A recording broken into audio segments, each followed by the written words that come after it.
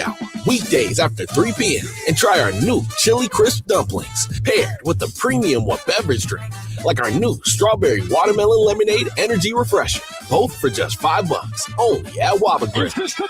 This is the KBLA Sports Minute with Ray Richardson.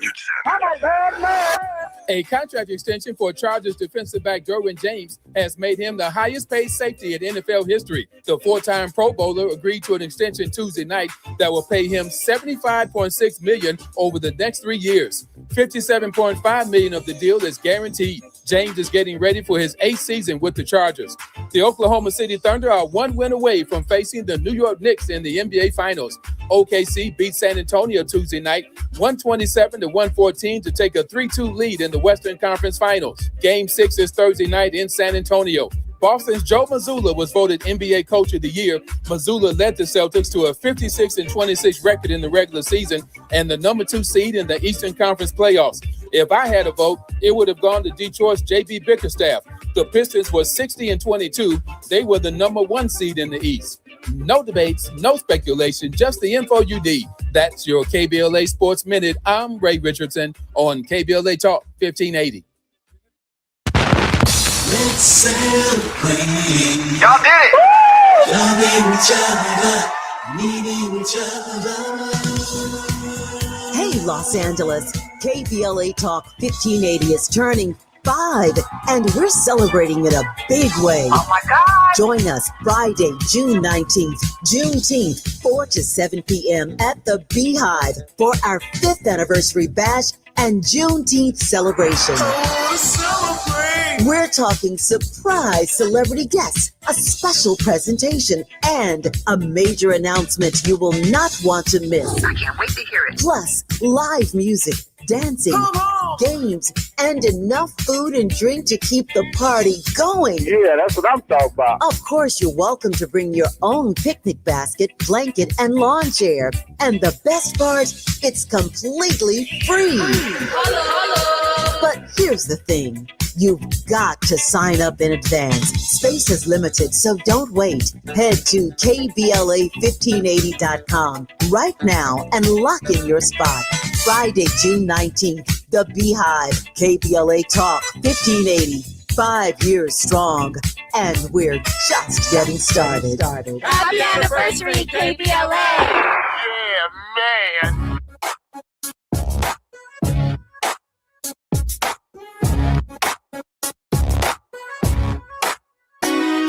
The Jesse Jackson Jr. Show. Oh, the Jesse Jackson Jr. Show. Oh, the Jesse Jackson Jr. Show. Oh, the Jesse Jackson Jr. Show. Oh. Come on and talk with me. Come on and listen to me. Come on and talk with me. Come on and listen to me. KBLA. I'm Jesse Jackson Jr. It's Wealthy Wednesdays on the Jesse Jackson Jr. Show. And we're worldwide with Dr. Wilmer Leon in the first hour of our show. In the second hour, Joey Jackson and Dr. Todd Urey will be joining us. There's probably no better way of stating where we are right now as we geopolitically locate ourselves. The Guardian probably says it best. We are going backwards. Black political power is under threat in Alabama after the Voting Rights Act gutting. Alabama has long been considered the birthplace of voting rights in America. During a peaceful voting rights demonstration in 1965, an Alabama state trooper shot and killed church deacon Jimmy Lee Jackson. In response, about 600 marchers set out from Selma across the Edmund Pettus Bridge toward the state capitol building in Montgomery to demand the right to vote. What met them on the other side were state troopers on horseback, billy clubs, tear gas, and a sheriff's posse. It was broadcast that evening on national television. I called that the event.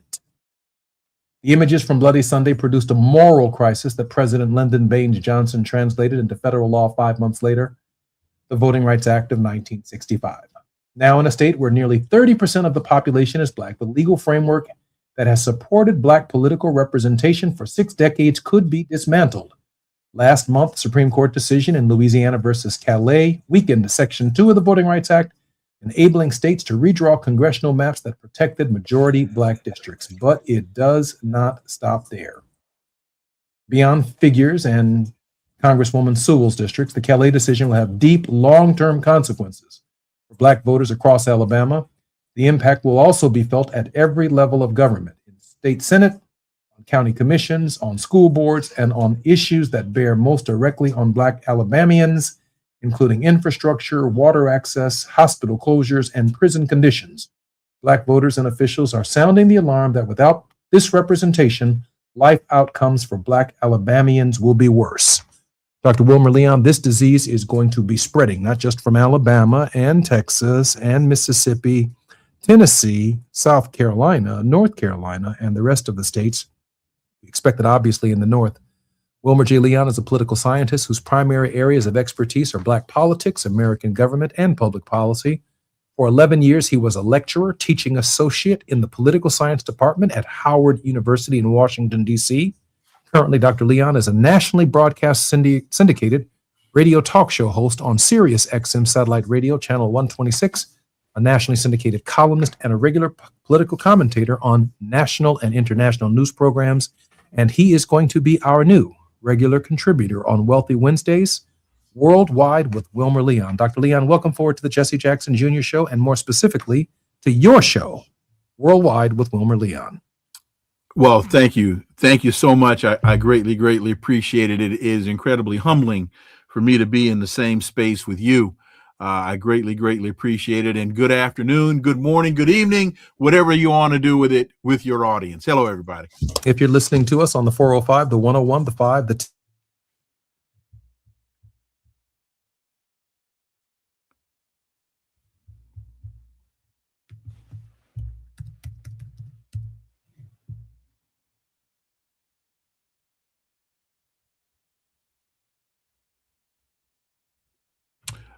there's a mute. There we go. Oh, no. Thank you, Dr. Leon. I was asking you to geopolitically locate us in these 2 minutes before we come forward after our break. Where are we right now, Dr. Leon, and where are we going? Well, we're in a time machine, and we're going backwards to geopolitically locate us. We're, I'd say, right around 1953, 1954. And they're trying to take us back to 1654. Interesting. But, yeah. And in that piece in The Guardian, which I suggest everybody get a chance and take a look at, I think one of the really relevant elements of it is they make the point that this Alabama decision not only impacts voting at the national level, it'll also be felt at every level of government in the state senate, county commissions, school boards, issues that bear most directly on black Alabamians, including infrastructure, water access, hospital closures, prison conditions. This is an all-out assault on our access, not on our access to the polls, on the power of black voters to have their voices heard and to have our power exercised. Dr. Leon, we can count on feeling that in California and in Illinois at some point in time in the not too distant future as well, at every level of government. Am I correct? Every level of government. Every level of, and it's also, I think, important to realize that this has been an ongoing assault.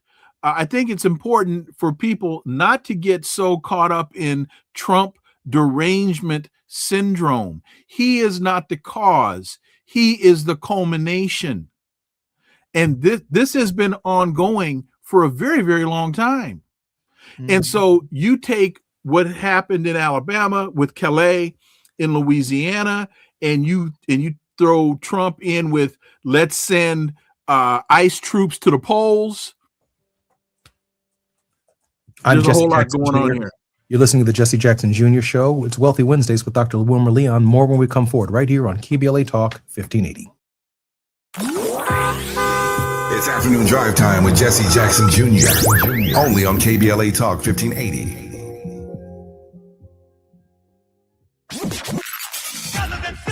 There is no denying that we've always been the conscience of this country. KBLA Talk 1580 is progressive talk radio built for our community, by our community, and with hosts who look like you, live near you, and care about what you care about. 50,000 watts of truth right here in Southern California. KBLA Talk 1580. Listen live on your AM radio dial at 1580 or stream us live on our KBLA1580.com website or on our free KBLA 1580 app. Unapologetically progressive.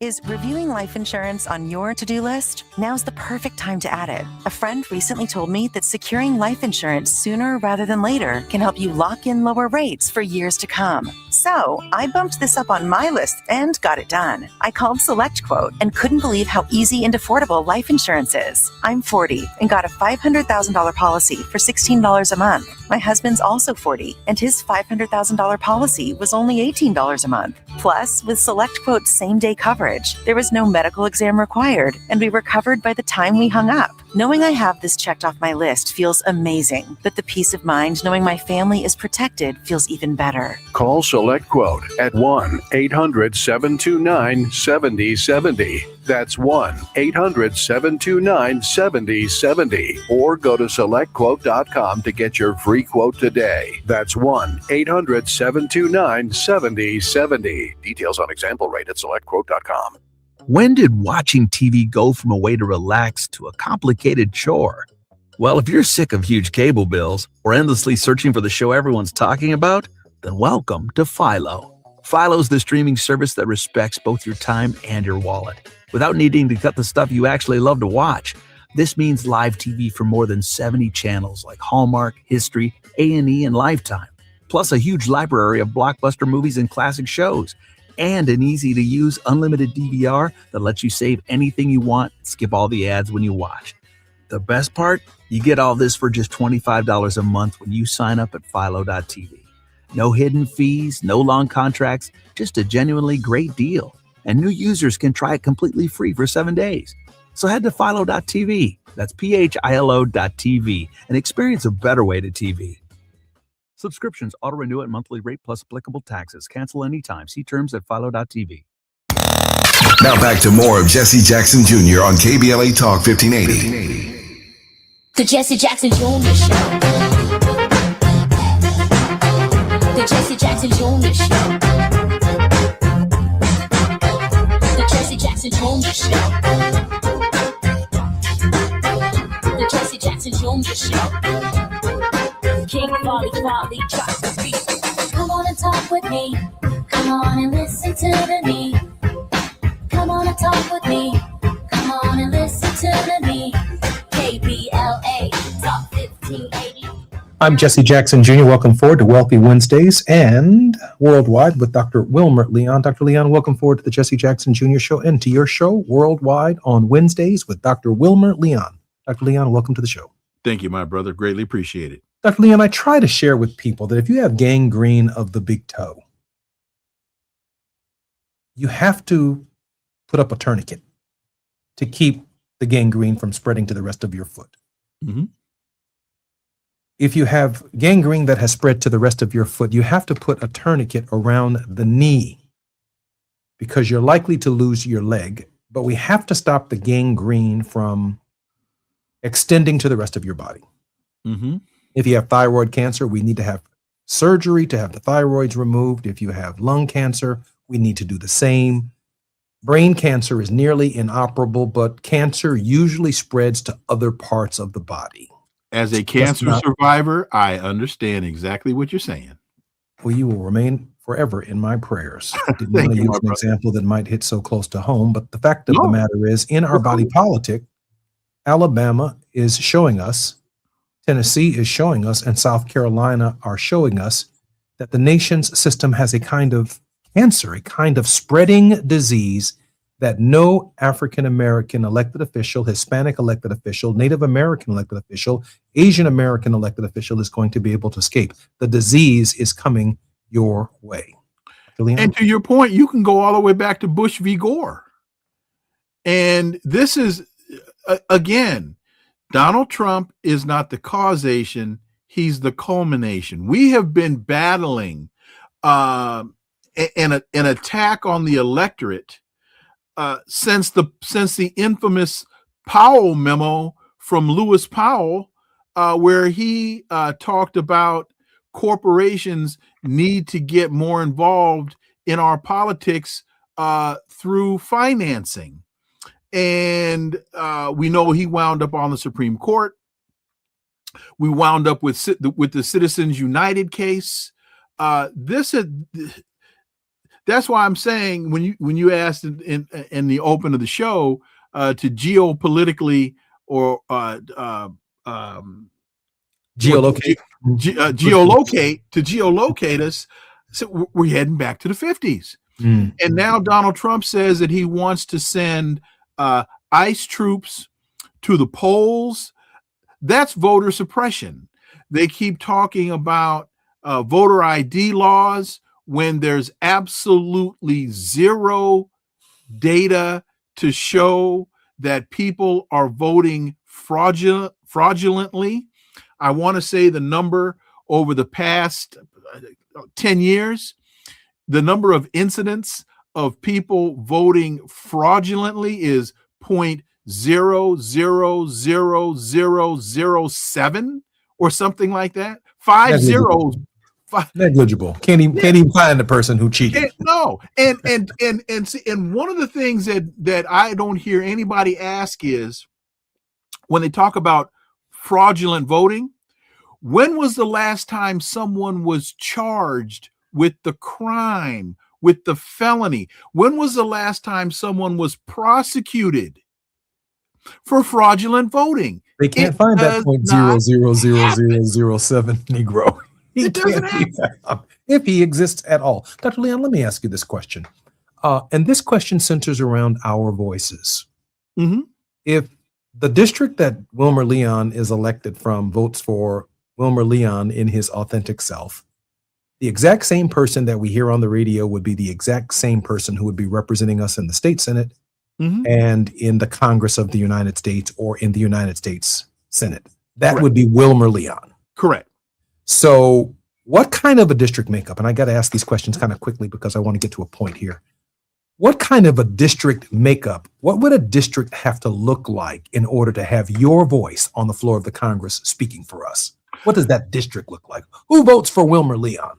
Well, anybody with any sense, I would think. Anybody that can read or write and isn't drunk. Because if I were to run, my appeal would be that the issues that are impacting our community, as in the African American community, are impacting everybody. We all need jobs. We all need you can't have a thriving economy without manufacturing. We're all paying too much at the gas pump. We all need health care. We all need to save Social Security. And I got a simple solution to save Social Security. So I would, to a certain degree, I take my cues from your dad. So let me start right I would take your cues from Dr. Ronald Walters. You can take your cues from what I'd like to think I did when I was in Congress. So let me drop this on you. So let's say that Crenshaw or South Central Los Angeles elected Wilmer Leon to Congress in his authentic self. And then the district was drawn. It still maintained some South Central Los Angeles, some Crenshaw in the district, but it reaches over and it grabs, Marina Del Rey. It reaches over and the new district grabs a significant part of Beverly Hills. It reaches over and it grabs, let's just say it reaches over and grabs some very affluent communities in Los Angeles, California, or in the state, even outside of the city, some rural areas, if there are such rural areas outside of the major metropolis. In perfect candor, I know you came from South Central. I know you came from Crenshaw. But what is the new reflection of your politics if Wilmer Leon runs in that district now under those circumstances? Does your voice change? No, mine Your does. voice, your voice doesn't. But Mine do doesn't. voices change? Your voice may not, but do voices change when the lines change? Oh, absolutely, absolutely. Because in most instances or circumstances, the job of the elected official is to be reelected. So they are, and then also the voice changes because the money from your new constituency changes. And so if you want to attract the money from that newly reconfigured, gerrymandered constituency, he who pays the piper calls the tune. So I've got this, let me follow up with this question, because I remember Uptown Saturday night when Bill Cosby and Sidney Poitier went to meet the congressman because they had lost their lottery ticket. And when they walked into the congressman's office, before they walked into the congressman's office, there was a picture of a Richard Nixon on the wall, and he had on the black congressman, had on a suit and tie, and I think it was played by Roscoe Brown. And the lady came in, a white secretary, and she said, "Congressman, some of your constituents want to see you." He said, "Well, are they from downtown? Are they from downtown Los Angeles?" I think is what they specifically said. And he said, no, these brothers right here, Sidney Poitier and Bill Cosby, they're from the neighborhood. The congressman went into his closet, got a dashiki. He went and took the Malcolm X picture, and he flipped the Nixon picture. He flipped it over, and there's a picture of Malcolm. And he said, as soon as they came, my brother, how y'all doing? I mean, the congressman's voice changed in Uptown Saturday Night. Now, I say that to say, when Al Green's lines changed in Texas under Texas redistricting, Al Green, the congressman who stood up at least twice during the State of the Union and called Donald Trump to task, was defeated last night by a young African-American whose district he was drawn into, who received, I think, nearly $17 million from outside of his district to support his current voice. And after 20 years of service, Al Green's voice and authenticity now has been lost on the floor of the Congress to our struggle. That's really where I'm going with this. The changing of these lines changes our voice and our authentic representation. Dr. Leon? It does, without question. So now the question becomes, what are we to do about it? And in many instances, this is where I believe we have to overwhelm the process with turnout. Because I haven't had a chance to look at the numbers from last night, but I'd like to see what was the percentage of turnout in that district. I know Congressman Green was defeated, but how many people stayed home? And again, and I'm not asking that question rhetorically. I don't know the answer because I haven't had a chance to comb through the data and digest the numbers. And that's part of it, right? But the other part of it is in a newly drawn district where they took two African-American districts and essentially combined them. Some people who consistently vote for the successor to Sheila Jackson Lee, the successor to Barbara Jordan in the Congress, and this is, or it was, the Barbara Jordan seat. We came to rely upon her voice. We came to rely upon the voice of the late Sheila Jackson Lee. I served with her for 17 years in the Congress of the United States. I served briefly with Representative Al Green. We came to rely upon his voice. But when the lines have changed that moved Al Green's district away from his historic constituents that voted for Barbara Jordan, Barbara Lee, to the new district, we have a young, bright, talented African-American who received, again, $17 million from outside forces in the newly drawn district, whose voice, many of us heard about him for the first time last night. His voice is not the voice of Al Green, Barbara Jordan, or Sheila Jackson Lee in the Congress of the United States. That's the authentic question that we lose in the redistricting. Because Al Green's voters, when they showed up to vote for Al Green yesterday, he wasn't even on the ballot wherever they sent them voters to. Well, this is where I think Samuel Yet in his book, The Choice, where he asks the question or makes the statement, in the minds of those that draw the lines and determine the policy, we have become obsolete people. And Sidney Wilhelm in The Problem with the Negro comes to the same, in the book, The Problem with the Negro, comes to the same conclusion. We have become, or have we become, obsolete people? Are we going to sit idly by and allow this to be done? And because to a certain degree, as I listen to the CBC and other entities, it's too little too late. I absolutely agree with you. And I absolutely agree with you. In fact, I saw a press conference yesterday from the CBC where they said the first agenda item for them, if in fact Democrats regain control of Congress, is to hold Donald Trump and Donald Trump's family accountable for their crimes. I said, listen to myself. I said, self. And yourself said what? Myself said, huh? Maybe the first thing we need a Democratic president to do, or president to do, is to sign the John Lewis Voting Rights Act so we can rebuild our numbers. I mean, how can we spend 2 years, 4 years, or however many years focusing on that which, believe me when I tell you, there will be other Democrats who will hold Donald Trump accountable, and we should hold Donald Trump accountable. That is not what I'm saying. I'm just saying that the hour draws so heavily upon us in this geopolitically located history that if we are not thinking about ourselves on day one, that we got time to spend 2 years going after Donald Trump and his family, let the Democrats do that. I agree with that. Let's hold them accountable. It's just a vote to impeach and keep him moving. But if we're not thinking about our numbers and correcting what this court has done to these state representative seats, state Senate seats, dog catcher seats, school board seats, I think we're missing the boat. We have about just a few seconds before we come forward on KBLA Talk 1580. I'm really, Dr. Leon, excited about your show on the Jesse Jackson Jr. Show, because I think we can have frank, candid conversations. We will agree to agree. We'll agree to disagree. But one thing is for sure, I know my father counted upon your expertise. He counted upon your thinking.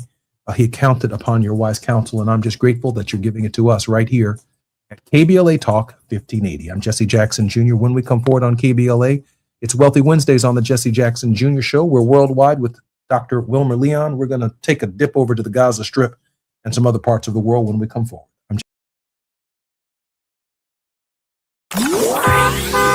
It's afternoon drive time with Jesse Jackson Jr.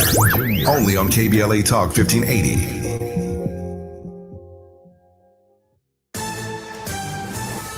I'm Amber Payton with BIN News Now. President Trump is congratulating Texas Attorney General Ken Paxton after his Republican primary win for U.S. Senate. Last night was incredible. Not only Texas, but so many other places. Paxton, who was endorsed by Trump, beat incumbent John Cornyn and will face Democrat James Tallarico in November. Trump also praised Cornyn while attacking Tallarico on social media. Tiger Woods is expected to miss all 4 major PGA championships for a second straight year. Sports Illustrated reports Woods did not enter the 2026 Open Championship and is not exempt for next month's U.S. Open. And civil rights leader Clarence V. Jones has died at 95. Jones helped Dr. Martin Luther King Jr. write his I Have a Dream speech and helped organize the 1963 March on Washington. Reverend Al Sharpton called him a brilliant strategist and said many owe him a great debt. Get BIN News Now on demand 24/7 on the iHeartRadio app. Head to Waba Grill for $5 happy hour weekdays after 3 p.m. and try our new Chili Crisp dumplings paired with a premium beverage drink like our new Strawberry Watermelon Lemonade Energy Refresher. both for just $5. Only at Whopper Grill. This is the KBLA Sports Minute with Ray Richardson. A contract extension for Chargers defensive back Derwin James has made him the highest paid safety in NFL history. The four-time Pro Bowler agreed to an extension Tuesday night that will pay him $75.6 million over the next 3 years. $57.5 million of the deal is guaranteed. James is getting ready for his 8th season with the Chargers. The Oklahoma City Thunder are one win away from facing the New York Knicks in the NBA Finals. OKC beat San Antonio Tuesday night, 127-114 to take a 3-2 lead in the Western Conference Finals. Game 6 is Thursday night in San Antonio. Boston's Joe Mazzulla was voted NBA Coach of the Year. Mazzulla led the Celtics to a 56-26 record in the regular season and the number 2 seed in the Eastern Conference playoffs. If I had a vote, it would have gone to Detroit's J.B. Bickerstaff. The Pistons were 60-22. They were the number 1 seed in the East. No debates, no speculation, just the info you need. That's your KBLA Sports Minute. I'm Ray Richardson on KBLA Talk 1580.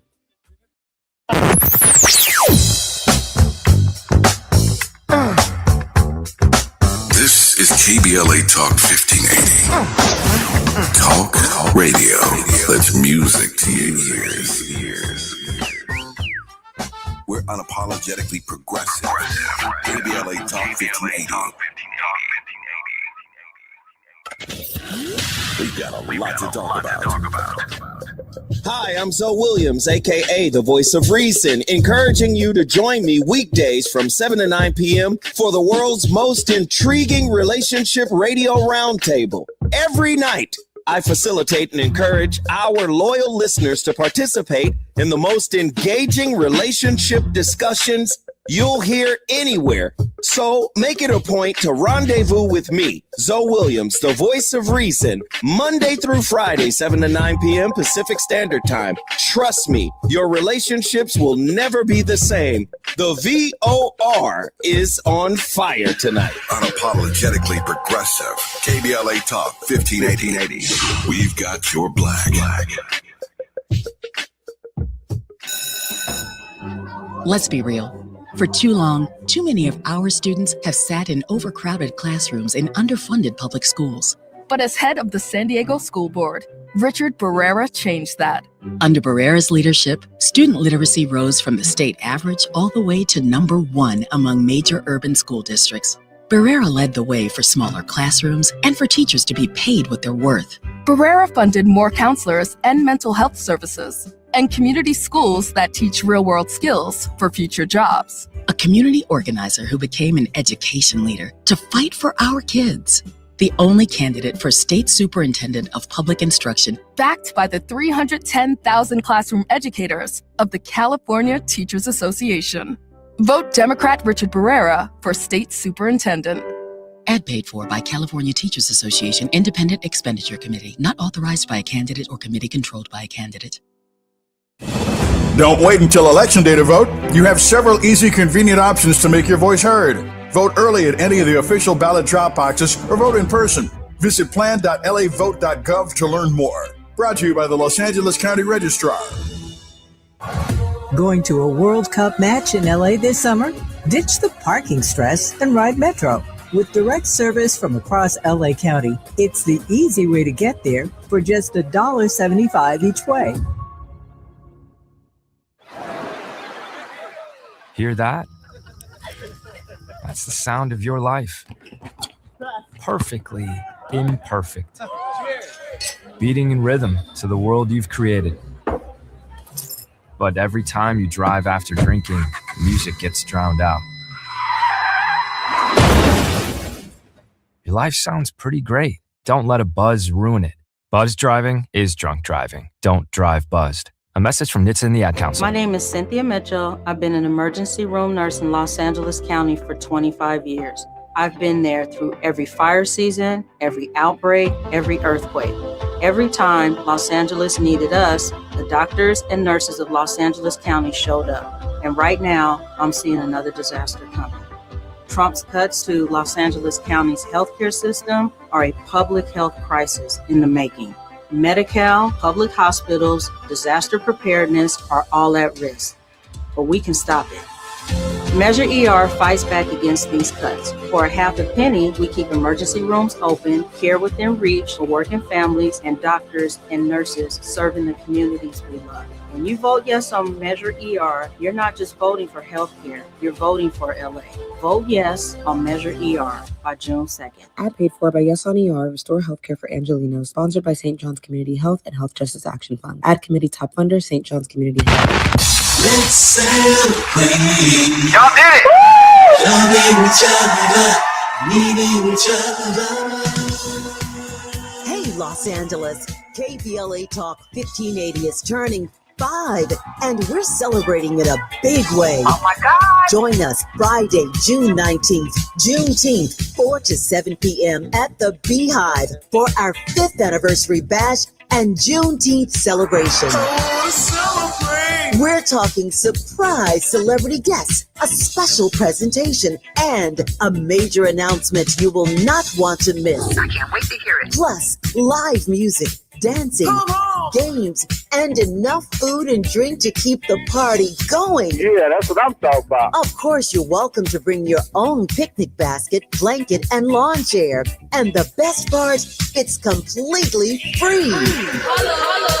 But here's the thing. You've got to sign up in advance. Space is limited, so don't wait. Head to KBLA1580.com right now and lock in your spot. Friday, June 19th, The Beehive, KBLA Talk 1580. 5 years strong, and we're just getting started. Happy anniversary, KBLA! Yeah, man. You're listening to Jesse Jackson Jr. on KBLA Talk 1580. The Jesse Jackson Jr. Show. The Jesse Jackson Jr. Show. The Jesse Jackson Jr. Show. The Jesse Jackson Jr. Show. King Volley, drop the beat. Come on and talk with me. Come on and listen to me. Come on and talk with me. Come on and listen to me. KBLA Talk 1580. Download the app. I'm Jesse Jackson Jr. Welcome forward to the Jesse Jackson Jr. Show on KBLA Talk 1580. This coming Friday, we are going to continue our testing for live call-ins on the Jesse Jackson Jr. Show. Our number, please commit it to memory or to your phone, 833-746-9555. 833-746-9555. It is a free call. Well, it's not free to you. It's free to you. It's not free to me because I did pay for this 800 number, 833-746-9555, because I do want to hear from you. That spells 833-SHOW, SHOWJJJ. In this hour, worldwide with Wilmer Leon. Dr. Leon is a political scientist whose primary areas of expertise are Black politics, American government, and public policy. Dr. Leon earned a Bachelor of Science degree in political science from Hampton Institute, a Master's in Public Administration from Howard University, and a PhD in political science from Howard University. Dr. Leon, welcome forward to your show, Worldwide with Wilmer Leon. Thank you, my brother. Good afternoon. Dr. Leon, let me ask you a question. How can we support your work before we go to the Middle East? I'm sorry, I didn't hear. How can we support your work before we transition our conversation to the Gaza Strip?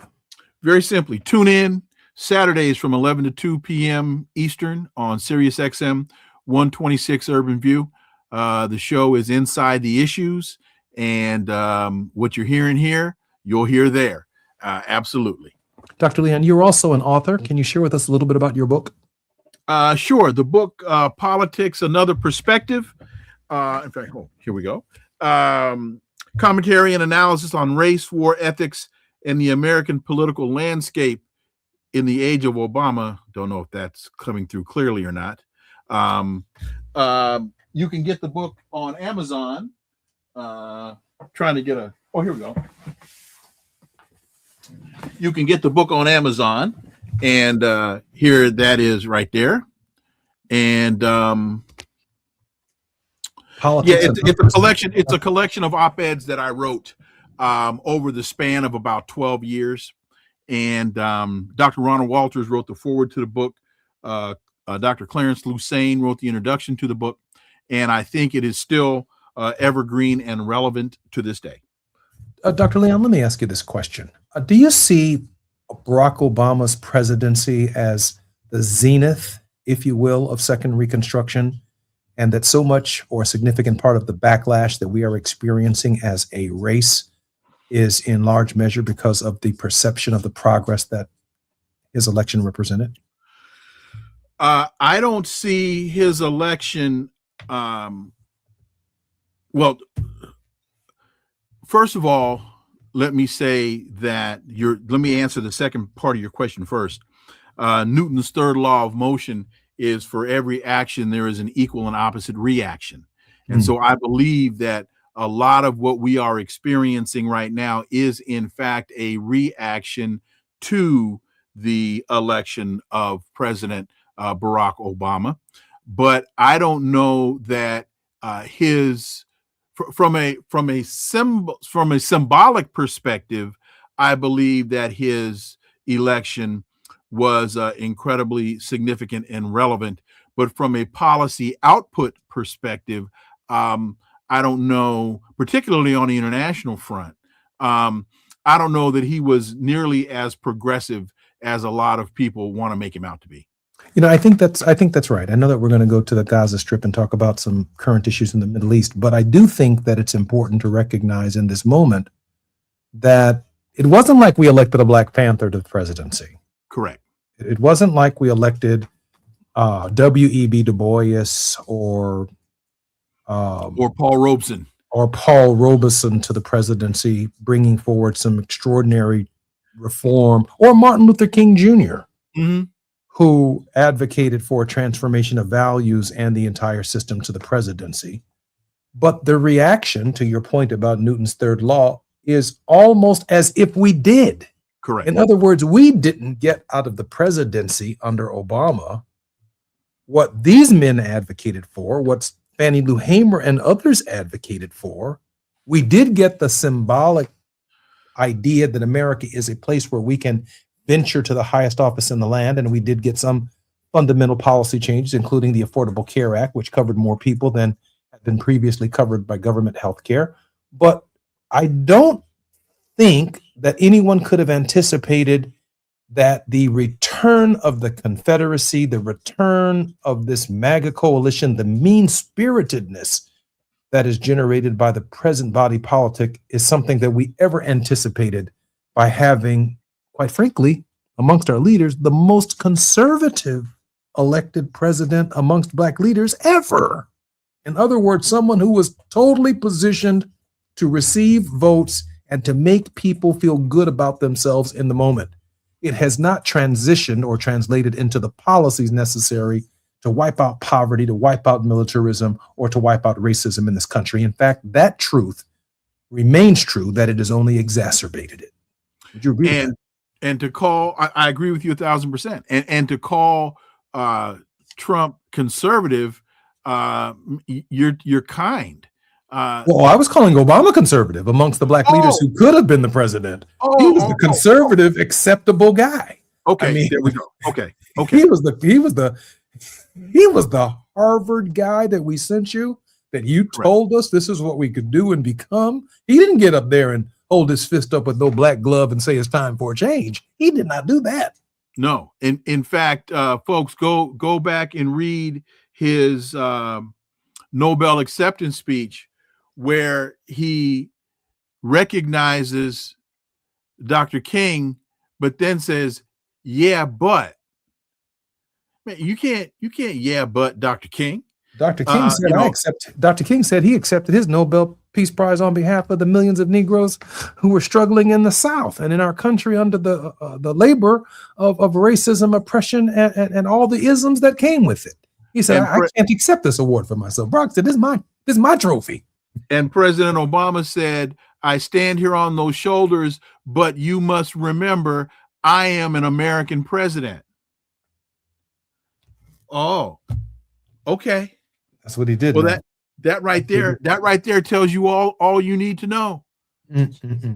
Dr. Leon, the war in the Middle East is really now taking on a different front. Donald Trump is still negotiating negotiating with the Iranians over the Hormuz Strait, and Israel continues its attack in the Gaza Strip. Dr. Leon, your thoughts? Well, I'm sorry, Dr. Leon. Dr. Leon, we got to have these thoughts right after we come forward. I'm Jesse Jackson Jr. More on KBLA Talk with Worldwide with Wilmer Leon in just a moment. While you're stuck in traffic, we can at least bring you up to speed on the news of the day. You're listening to Jesse Jackson Jr. only on KBLA Talk 1580.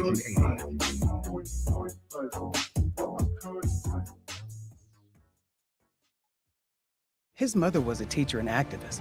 His father was a Navy veteran. He built a company worth billions, and then he walked away from it, turning from profit to purpose, helping those who need it most. That's Tom Steyer. When big oil tried to pollute our air and water, Tom fought to stop them, and won. When corporations were dodging taxes, Tom closed the loophole and got billions for public schools. And when party leaders were afraid to take on Trump, he led a movement to impeach him. This president is unfit, he's dangerous, and we need to get rid of him. Now, Trump is attacking Tom. Because like the oil companies and the tax cheats, Donald Trump knows Tom Steyer answers to no one and will do whatever it takes to stop special interests and start lowering costs for Californians. I can't do it by myself. I need you guys to be with me, and we need to do this together. Politicians make promises. Tom Steyer makes a difference. Make sure you vote Tom Steyer for governor, June 2nd. Ad paid for by Steyer for Governor 2026. Diabetes, high blood pressure, anxiety meds, everyone's on them. If you're a 50-year-old male, maybe a bit porky, and you may even have type 2 diabetes, $1 million of term insurance may only cost you about $200 a month. Call Term Provider. Speak with Big Lou at 800-444-2013. Big Lou will find a term life policy for you even if you have type 2 diabetes, are overweight, or have high blood pressure. Term Provider has helped thousands of people like you who think they can't afford term life insurance. To buy $1 million of affordable term life for you, all you need to do is call Big Lou at 800-444-2013. Lou will make sure the scales are tipped in your favor. Call 800-444-2013. Big Lou will answer your call and work to fit you into a term life policy that you can afford. Remember, Big Lou's like you. He's on meds too. Call 800-444-2013 or biglou.com. Let's be real. For too long, too many of our students have sat in overcrowded classrooms in underfunded public schools. But as head of the San Diego School Board, Richard Barrera changed that. Under Barrera's leadership, student literacy rose from the state average all the way to #1 among major urban school districts. Barrera led the way for smaller classrooms and for teachers to be paid what they're worth. Barrera funded more counselors and mental health services, and community schools that teach real-world skills for future jobs. A community organizer who became an education leader to fight for our kids. The only candidate for State Superintendent of Public Instruction. Backed by the 310,000 classroom educators of the California Teachers Association. Vote Democrat Richard Barrera for State Superintendent. Ad paid for by California Teachers Association Independent Expenditure Committee. Not authorized by a candidate or committee controlled by a candidate. KBLA Talk 1580. We've got a lot to talk about. KBLA Talk 1580, connecting you with services and solutions. These are hard times for housing in America. Too many in our community face barriers to safe housing, behavioral health care, and affirming spaces for healing, particularly those impacted by poverty and stigma or incarceration. Rooted in South LA, Ahmad supports impacted communities through housing, wellness, and leadership development. Ahmad provides culturally responsive, peer-led support from transitional housing and mental health services to leadership development and youth empowerment. They offer safe, affirming houses for youth, transgender women, and formerly incarcerated individuals. Therapy and peer support with a focus on healing trauma in Black communities. HIV prevention and care, free testing, education, and wraparound services for whole person wellness. Standing in the gap with health, housing, and hope. Reach out to Ahmad Institute at 323-569-1610. That's 323-569-1610. Or visit amaad.org. This is a community call to action from KBLA Talk 1580. It's never too early to start talking about money in realistic ways with your kids. JP Morgan Chase navigates how to educate your kids now about creating long-lasting, healthy money habits. Whether your kids are in elementary school, high school, or college, now is a great time to start a conversation about ways to create healthy money habits as they grow, ultimately benefiting their financial future.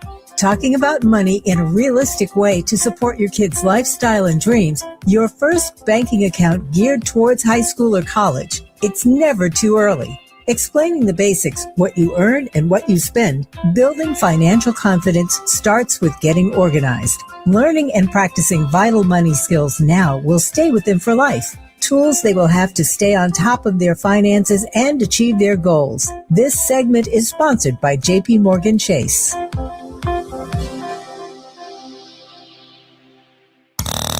Now back to more of Jesse Jackson Jr. on KBLA Talk 1580. The Jesse Jackson Jr. Show. The Jesse Jackson Jr. Show. The Jesse Jackson Jr. Show. The Jesse Jackson Jr. Show. King Volley drops the beat. Come on and talk with me. Come on and listen to me. Come on and talk with me. Come on and listen to me. KBLA Talk 1580.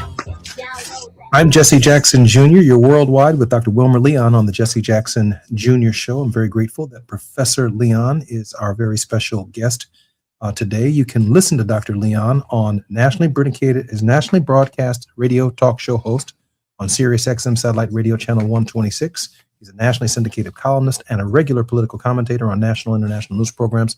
Dr. Leon, welcome forward to the show. Thanks, sir. Dr. Leon, let's dive right into the Middle East. A lot going on in the Gaza Strip and in the so-called ceasefire that Donald Trump is advocating. Can you share with us your take on where we are and where we're not? Where we're not is we're not anywhere close to peace. In fact, Gil Scott-Heron once said, peace is not the absence of war, it is the absence of the need for war. And you had the latest military leader of Hamas was just killed with a missile strike. This is just a stone cold, straight up land grab. His wife and his family, I understand, as well. His wife and his family, two of his sons and his wife, exactly. This is just a straight land grab because not only do you have this going on in Gaza, you have this going on in the West Bank, you have this going on in Lebanon and in Syria.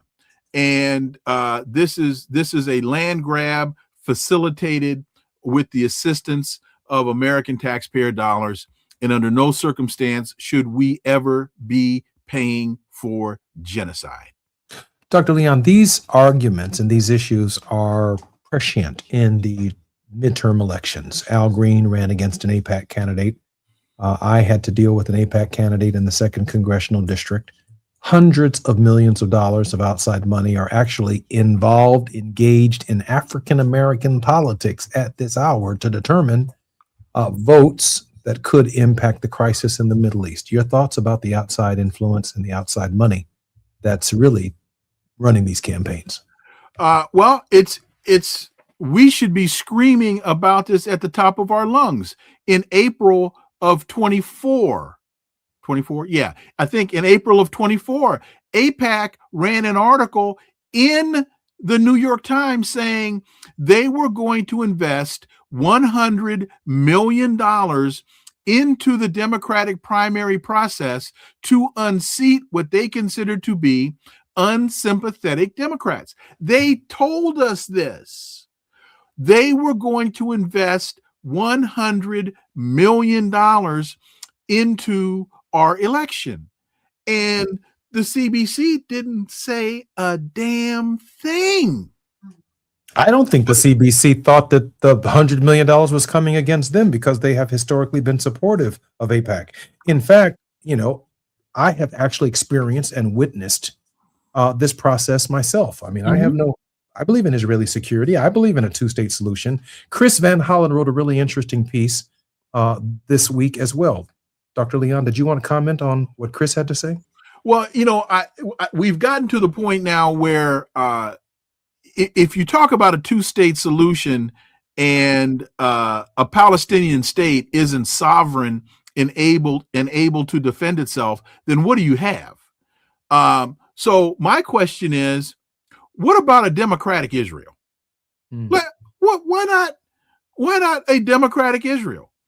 I rarely hear anybody talk about that. And for those that don't really know what I'm asking, if you read the Declaration of Independence of the settler colonial state, it is a Jewish state. And so if it's a Jewish state, what does that mean for the Palestinian Arabs? It means that they're second-class citizens. So why would the United States be spending our tax dollars supporting an entity that is not democratic and lying to the American people and claiming that it is? Now, folks, you can call this anti-Semitic if you want to, but then you got to understand the definition of anti-Semitism. And you also have to understand that there's a huge difference between anti-Zionism and anti-Semitism. So before you start just throwing this phraseology around, you need to do a little reading so that you can understand what's really happening and why. Senator Chris Van Hollen in the New York Times reports and opines this week on this subject matter, arguing that the Democratic Party needs a facelift, that our historic position of security for Israel, which I believe in and others believe in, and I think all of us believe in, particularly coming out of Balfour, we've also added to it a two-state solution that treats the Palestinians with the right to self-determination and dignity. That's not complicated. What is lost in the present conflict is the idea of another state for the Palestinians. And for many of us who have historically supported Israel, that is troubling. That's what Chris Van Hollen argues. That's not anti-Semitic. That's Chris Van Hollen. Right. And that's not an unreasonable position. Dr. Leon, we have about 2 minutes before we come forward. A word of hope. It's not an unreasonable position. And for Chris Van Hollen to publish that in the New York Times and publish that in Today, one of the things he mentioned is, I think the number was 47 Democrats that voted against a recent funding bill sending money to the settler colonial state, whereas the last time, or 2 years ago, it was 15. So there is progress being made in the argument. And as more progress gets made in the argument, the attacks from the other side become stronger. They become more vehement, and they become more volatile. But love you very much. You can't support genocide. Period. Love you very much, Dr. Leon. Thank you for your show, and thank you for being here. My brother, as always, thank you. And if we're blessed, I'll see you next week. And God willing, we will be looking forward to it. The Politics of Our Faith with Reverend Dr. S. Todd Eury. When we come forward, our very special guest is none other than the brilliant Joey Jackson. Got a lot of questions to ask him about name, image, and likeness. NAACP boycotts. Are they effective for such a time as this? A lot of questions about what's going on in the world, but I really want to hear from the mind of Joey Jackson. It doesn't get much more clearer than that at this hour of untruth, at this hour of misinformation. Joey speaks in forms that are so clear, and so much like an outline. Very grateful for him to be our very next guest. I'm Jesse Jackson Jr. More on KBLA Talk 1580 when we come forward. KBLA 1580 Santa Monica. I'm Amber Payton with BIN News Now. President Trump is congratulating Texas Attorney General Ken Paxton after his Republican primary win for U.S. Senate. Last night was incredible. Not only Texas, but so many other places. Paxton, who was endorsed by Trump, beat incumbent John Cornyn and will face Democrat James Tallarico in November. Trump also praised Cornyn while attacking Tallarico on social media. Tiger Woods is expected to miss all 4 major PGA championships for a second straight year. Sports Illustrated reports Woods did not enter the 2026 Open Championship and is not exempt for next month's U.S. Open. And civil rights leader Clarence V. Jones has died at 95. Jones helped Dr. Martin Luther King Jr. write his I Have a Dream speech and helped organize the 1963 March on Washington. Reverend Al Sharpton called him a brilliant strategist and said many owe him a great debt. Get BIN News now on demand 24/7 on the iHeartRadio app. Head to Waba Grill for $5 happy hour weekdays after 3 p.m. and try our new chili crisp dumplings paired with a premium beverage drink like our new strawberry watermelon lemonade energy refresher. Both for just $5 only at Waba Grill. This is the KBLA Sports Minute with Ray Richardson. A contract extension for Chargers defensive back Derwin James has made him the highest paid safety in NFL history. The four-time Pro Bowler agreed to an extension Tuesday night that will pay him $75.6 million over the next 3 years. $57.5 million of the deal is guaranteed. James is getting ready for his 8th season with the Chargers. The Oklahoma City Thunder are one win away from facing the New York Knicks in the NBA Finals.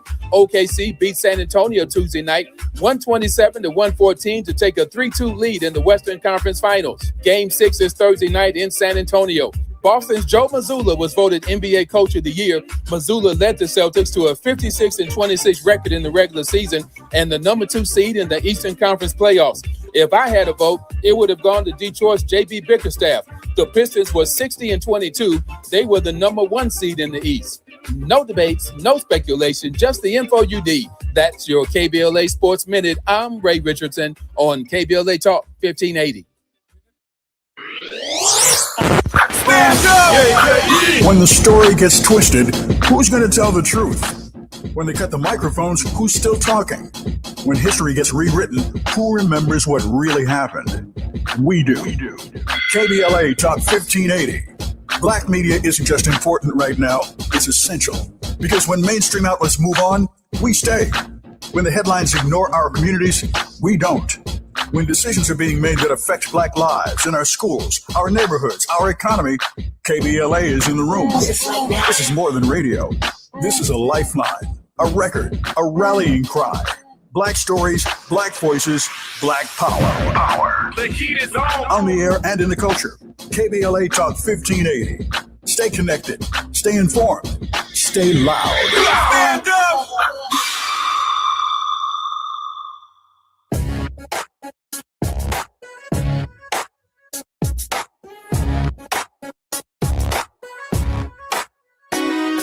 The Jesse Jackson Jr. Show. The Jesse Jackson Jr. Show. The Jesse Jackson Jr. Show.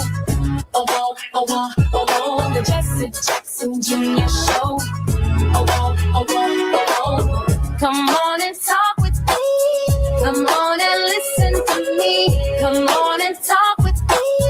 Come on and listen to me. KBLA Talk 1580. Download the app.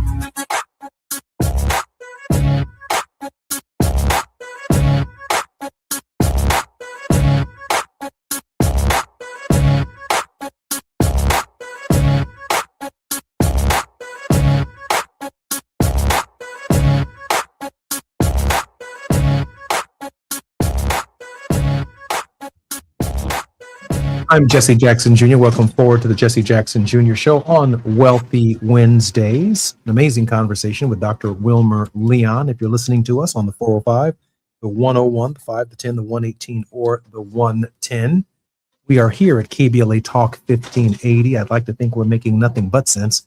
Very much enjoyed that interview yesterday between Tavis Smiley and Jim Clyburn, kind of laying out and geopolitically locating us where we are at this moment in the history of our nation and in the history of our politics as we celebrate, and some of us commemorate, the 250th anniversary of the Declaration of Independence. Barbara Jean, Lynette Purple Angel Alexander, Scion 111112, Tracy Van Zant Zoyles, Sandra Davis, Larshawn Gaylor, Mighty You Play, and others who are listening to us and commenting live on our Facebook page. I want you to write this number down this coming Friday, 833-746-9555.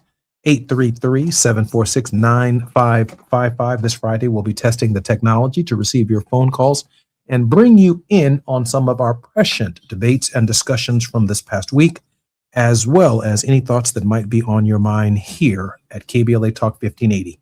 I should share with you the calls we got last week were from Florida, Indianapolis, Indiana, Los Angeles, California, and even a call from as far away as South Africa. And so people all across the country and around the world are listening to our conversation. I'm particularly honored in this hour to have my very special guest, a young man whom I think has tremendous potential to provide leadership for our entire nation. He has earned respect as a journalist, as a lawyer, as a constitutional scholar, as a professor and a thinker. Also very attuned to the issues of our communities and our people, and the least of these, a really, really, really good brother. I have some questions to ask him about name, image, and likeness, and some other civil rights issues that matter for our people, our community, our country, regardless of your race, sex, or class. I'm honored that my very good friend and close friend, Joey Jackson, is with us. Joey, welcome forward to the Jesse Jackson Jr. Show. It is a pleasure and a privilege, sir. How are you? I'm doing great, Joey. Joey, listen, I can't thank you enough for the time that you spent with our family during the period of my father's obsequies. And you made all of that process and that period go by so much quicker. And I'm so grateful for the relationship that our family has with yours. My mother was extremely grateful. And she said for me to tell you that she owes you a phone call. Well, that's a beautiful thing, and it's the least that I can do. Such an amazing family, and your dad, I don't even need to say how much just he meant and still means to the entire nation. And when I say still means, obviously, we don't have the luxury of his physical presence, but we certainly have everything that he's done to leave the legacy behind that he's had, and especially through his family and in you and your siblings and, and everyone else that comes from him. So thank you for allowing me to spend that time and to give my condolences to the family and just to be present with you. Amazing. Joey, let me ask you a question. One of the things that my father championed was the fair treatment of African Americans in sport. When I worked with him in the late 80s, early 90s at the Rainbow Coalition, he started a division of the Rainbow that dealt with sports and sports progress for African Americans. And when I think about name, image, and likeness, I think about Dad recognizing early on that these young men and young women, particularly in basketball and football, however, were largely responsible for the kinds of resources that many of the large PWIs, private schools, the Ivy League, as well as state schools were receiving as a result of their athletic prowess in these programs. These kids were coming from rural areas. They were 17 years old. Their parents were escaping poverty. And I've been deeply challenged by the NAACP and other organizations who called for these young people to share, if you will, shoulder the burden of what's taking place with respect to the Voting Rights Act in the South, to ask these young people, and I paused on this, Joey, to ask these young people to consider entering programs elsewhere. It seems to me that we fought for them to get the best possible education, to work their way out of poverty, to work their way out of these communities.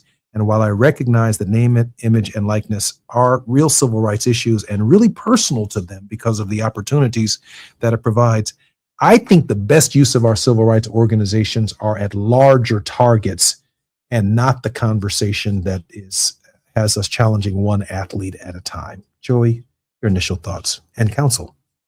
Listen, my thoughts are that it takes a village. And, I believe that in order to get through what we have witnessed in the last, it hasn't even been 2 years, although it seemed like an eternity, it's going to take all of us to give all of what we have. I think it's unfair for any one particular group, one particular person to shoulder the entirety of the burden, but I think everybody certainly has a part and a role.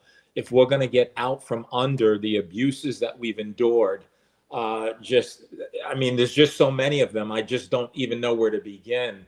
The denigration of our institutions, the removing of books that have our name, image, and likeness on it, the complete disregard for our voting rights and voting abilities, just the offensive nature of what's been happening and how our community has been targeted. I think everyone has to step up. No, I do not believe that young men and women should shoulder an undue burden. I think they should be given an opportunity to understand the nature of, who they are, who they can represent, how much influence they have in communities. But I just don't think that putting that burden on young men and women unduly is the answer. I think every one of us has a role to play. And unless we play that role, we're going to see more denigration, more destruction, and more problems that have come out of this presidency than I even care to talk about. I'm Jesse Jackson Jr., listening to the Jesse Jackson Jr. Show. We're in the mind of the best and the brightest. Attorney Joey Jackson. More when we come forward right here on KBLA Talk 1580. It's afternoon drive time with Jesse Jackson Jr. Only on KBLA Talk 1580.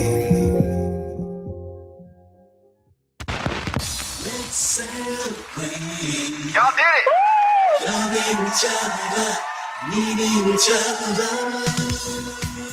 Hey, Los Angeles, KBLA Talk 1580 is turning 5, and we're celebrating in a big way. Oh my God! Join us Friday, June 19th, Juneteenth, 4 to 7 p.m. at the Beehive for our 5th anniversary bash and Juneteenth celebration.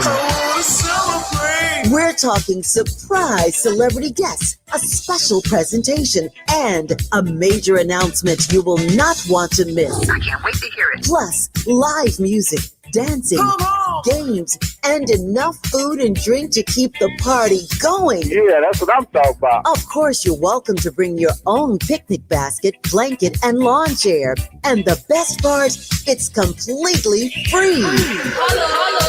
But here's the thing. You've got to sign up in advance. Space is limited, so don't wait. Head to KBLA1580.com right now and lock in your spot. Friday, June 19th, the Beehive, KBLA Talk 1580. 5 years strong, and we're just getting started. Happy anniversary, KBLA! Yeah, man! I need a little ranch, step to the ranch. There's a new flavor in town, the Jalapeno Ranch Club at Chick-fil-A. With that juicy Chick-fil-A original spicy or grilled chicken, a buttermilk ranch bun, candied bacon, pepper jack cheese, and jalapeno ranch sauce. It's got big ranch vibes with a little heat.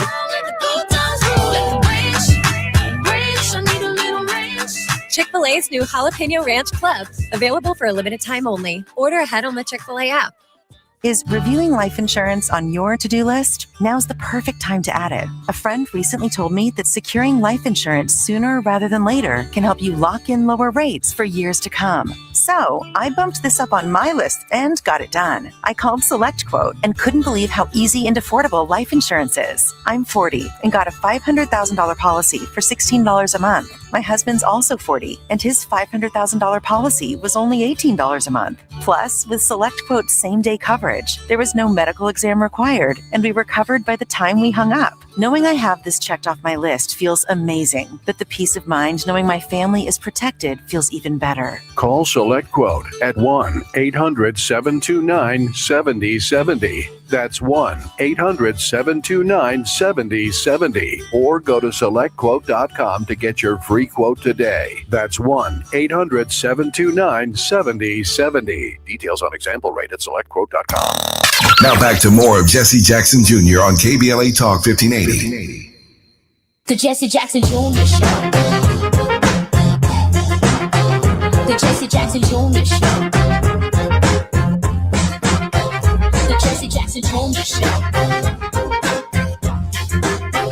The Jesse Jackson Jr. Show.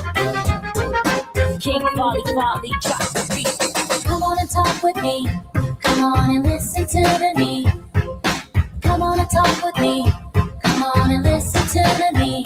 KBLA Talk 1580. Download the app. I'm Jesse Jackson Jr. Welcome forward to the Jesse Jackson Jr. Show. And I must be perfectly candid with everyone within the sound of my voice. This weekend, I binge watched on Netflix Breaking Bad. And I want everyone within the sound of my voice to understand this. If I am ever in trouble again, I am not going to call Saul. I'm going to call S. Todd Yeary and Joey Jackson. The Politics of Our Faith with Reverend Dr. S. Todd Yeary on Wealthy Wednesdays. Dr. Yeary is the principal of the Yeary Firm, a Maryland-based litigation and government relations firm, and also serves as the senior pastor of the Douglas Memorial Community Church of Baltimore and affiliates. Dr. Yeary is also the former chief executive officer of the Rainbow Push Coalition. Dr. Yeary, welcome forward to the Jesse Jackson Jr. Show.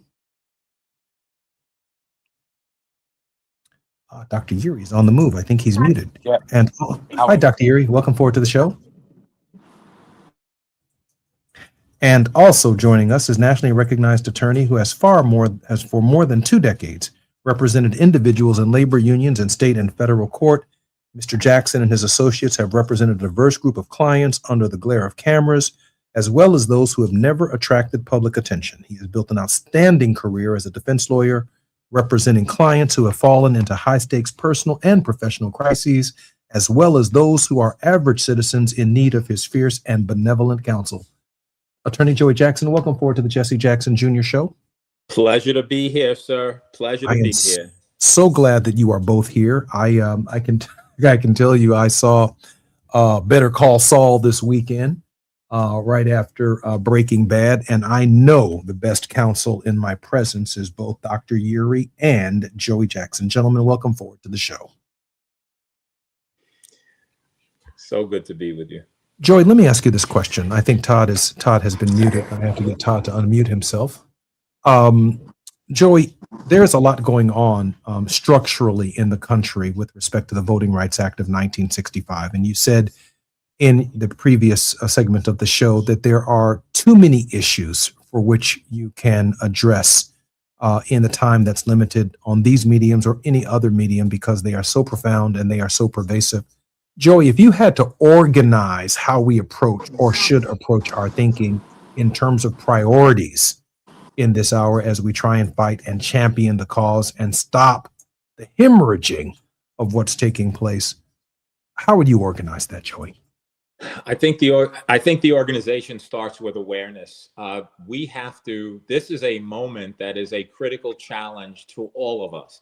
And it's a critical challenge to all of us because when you talk about voting, and let's start there, you're talking about political power.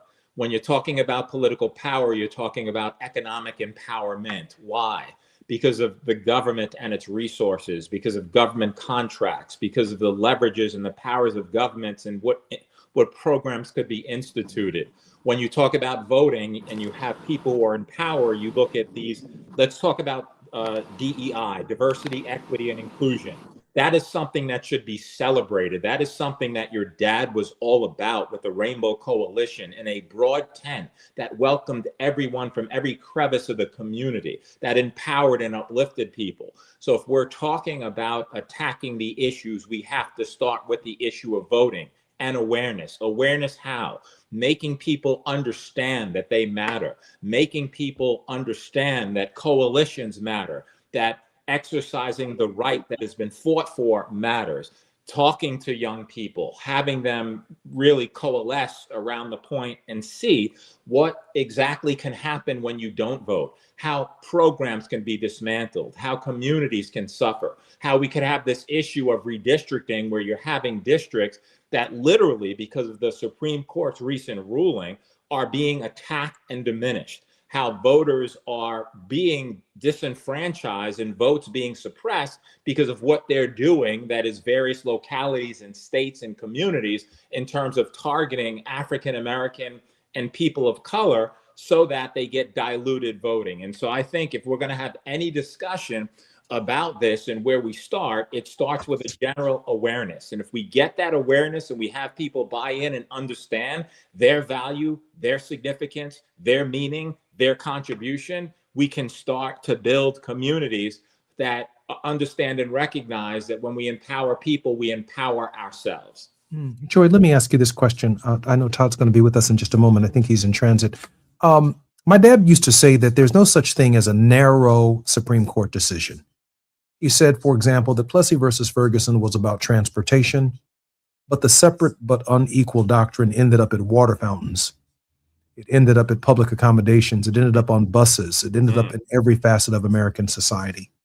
Just as Brown versus the Board of Education was a case about education, but what it ended up desegregating was hotels and airports and transportation, and over time, the very future that we live in and have walked into, in no small measure because of the sacrifice that they all played.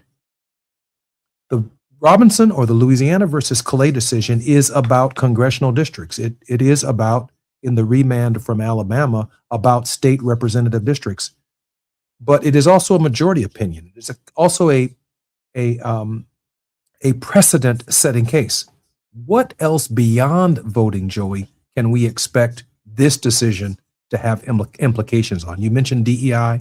I would imagine that college admissions, I would imagine that every facet of American life will also be profounded by these efforts to curtail race-based solutions to race-based problems. There's no question about it. And I think your dad was profound in saying that when you look and you analyze the essence of the decision, let's go into and step into our Constitution. Let's step into the 14th Amendment and equal protection. Equal protection means that we deserve, and certainly our community deserves, to be empowered like every other community. What they have essentially said was that we are going to have a colorblind society. And when you could celebrate a colorblind.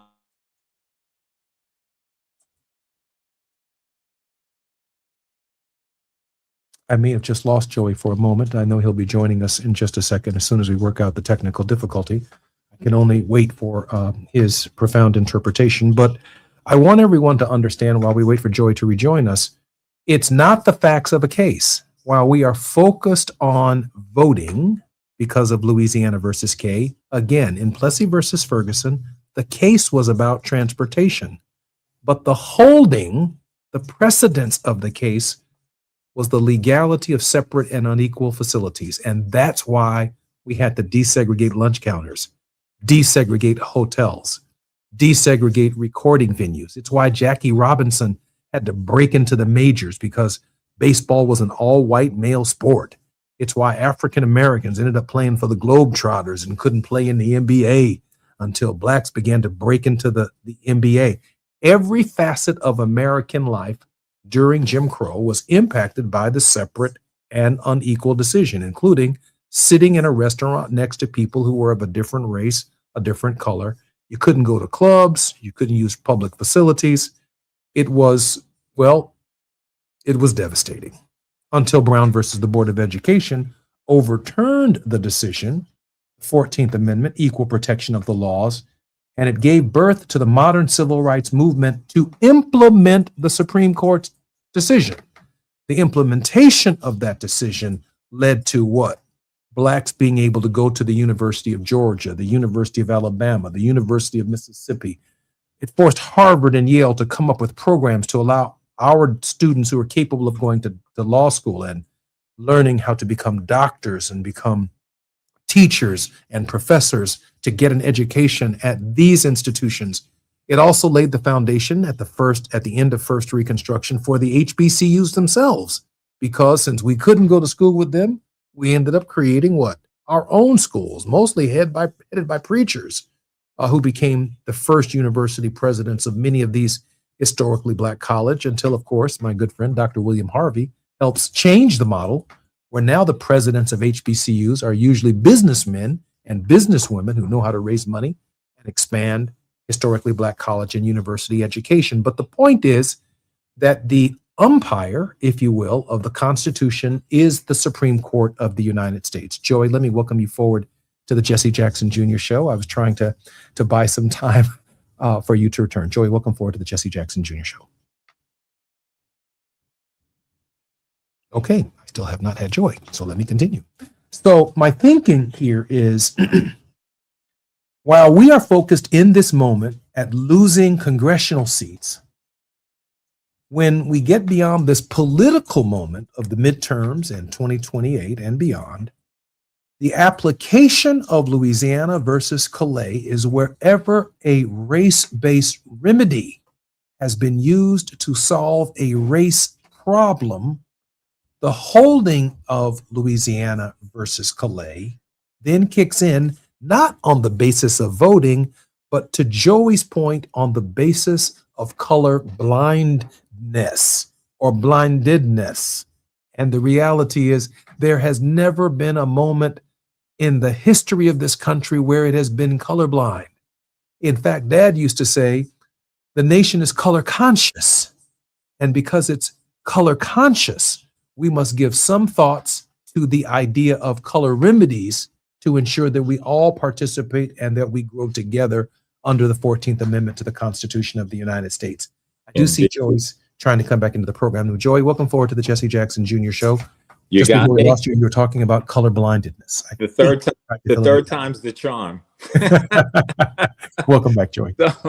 So listen, I think that, you know, if you look at how there's an attack here, the bottom line is that that decision in terms of voting rights affects everything.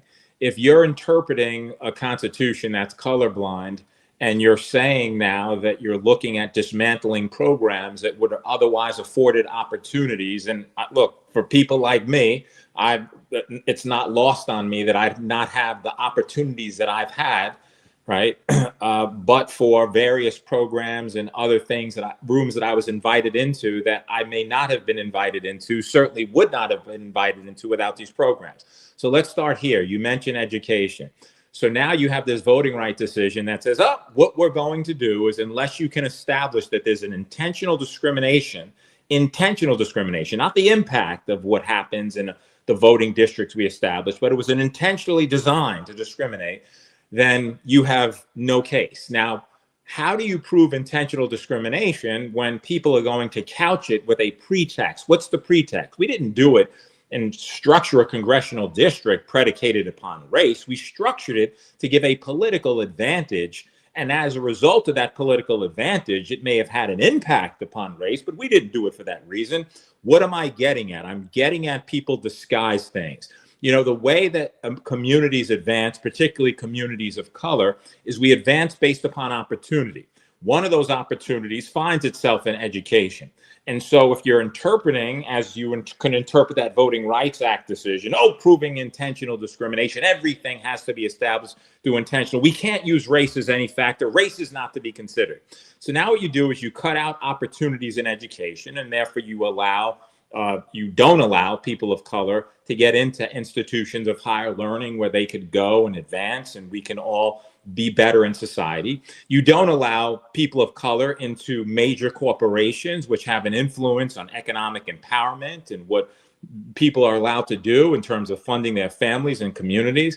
You don't allow people of color to be involved in terms of government contracts and the issuance of government contracts, minority contracts. Again, you're impairing people of power. You don't allow people of color to have small business opportunities and other things to empower themselves. And so I think that it has a cascading effect. When you talk about colorblind, does colorblind now turn into the fact that, you know, we don't have to worry about being challenged because of our prejudices. If I'm a corporate person, if I'm an educational institution, if I'm someone else if I'm a government official who's doling out contracts, I don't have to worry about being attacked because I'm not incorporating people and diversifying my network. And as a result, we could keep those people out. So I think that when you look at that, it becomes troubling. And then going back to the Voting Rights Act itself, when you analyze the effect of that in having our leaders craft districts that exclude people of color, it's for political advantage. It was not done for intentional discrimination at all. Now you're talking about not only disempowering our community economically, but you're talking about in terms of decision making, in terms of laws, in terms of all the things that society does that you would think would be inclusive to allow for the growth and development of all. You can have a very exclusionary society. So I'm very concerned with your premise, and it's very true, that it may have been about voting rights, but it bleeds into so many other facets of our community that serve the purpose of depressing, suppressing, and otherwise avoiding opportunities for members of our community to grow and advance. And so, Counselor, I'm Jesse Jackson Jr. Joey Jackson is our very special guest, and the politics of our faith with the Reverend Dr. S. Todd Urey. More when we come forward on KBLA Talk 1580. I'm Jesse Jackson Jr. It's afternoon drive time with Jesse Jackson Jr. Only on KBLA Talk 1580.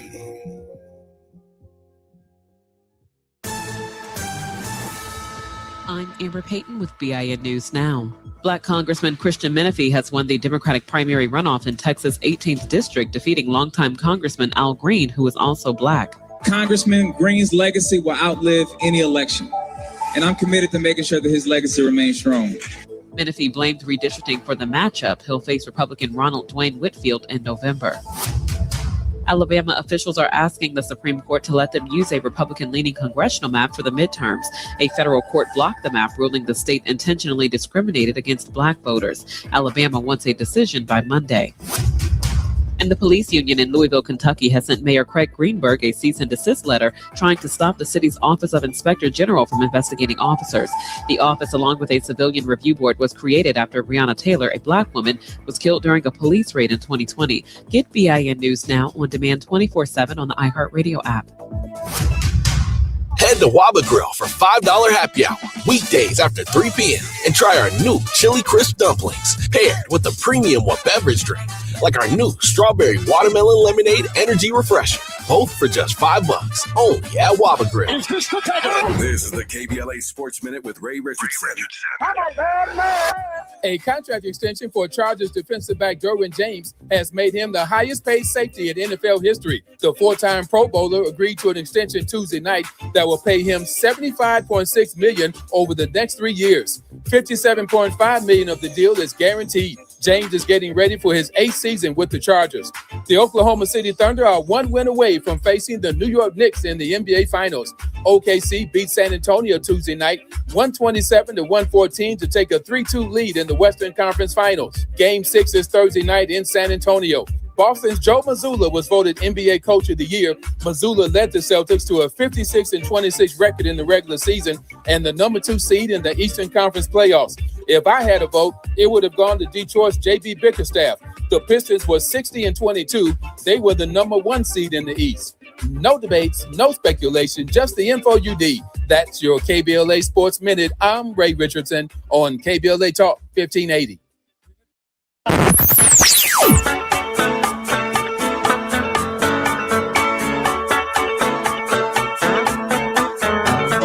This is KBLA Talk 1580.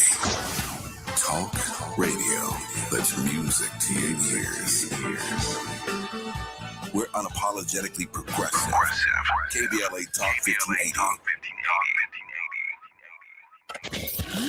We've got a lot to talk about. I'm Reverend Gerald, the life coach. Is someone you love struggling with addiction and mental illness? Is improving your family's health important? Want to leave a legacy that your family can grow? Are you ready to enhance your perception of life experiences? Then wake up weekends at 7 a.m. with Urban Family Focus and get the wisdom, opportunity, resources, and motivation to live your best life. Join the conversation on Urban Family Focus Saturday and Sunday at 7 a.m. Unapologetically progressive. KBLA Talk 1580.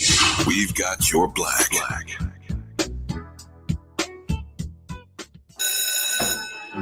Let's be real. For too long, too many of our students have sat in overcrowded classrooms in underfunded public schools. But as head of the San Diego School Board, Richard Barrera changed that. Under Barrera's leadership, student literacy rose from the state average all the way to number 1 among major urban school districts. Barrera led the way for smaller classrooms and for teachers to be paid what they're worth. Barrera funded more counselors and mental health services, and community schools that teach real-world skills for future jobs. A community organizer who became an education leader to fight for our kids. The only candidate for state superintendent of public instruction. Backed by the 310,000 classroom educators of the California Teachers Association. Vote Democrat Richard Barrera for state superintendent. Ad paid for by California Teachers Association Independent Expenditure Committee, not authorized by a candidate or committee controlled by a candidate. What if your rooftop could earn you money every year? With LADWP's Solar Rooftops program, you can get solar panels installed and maintained on your home at no cost and earn up to $900 a year. That's up to $18,000 over 20 years. There are no upfront costs, no credit checks, and no annual fees. Plus, you'll help power Los Angeles with clean local solar energy and reduce reliance on fossil fuels. Make your rooftop work for you. Apply today at ladwp.com/solar rooftops. KBLA Talk 1580. We've got a lot to talk about.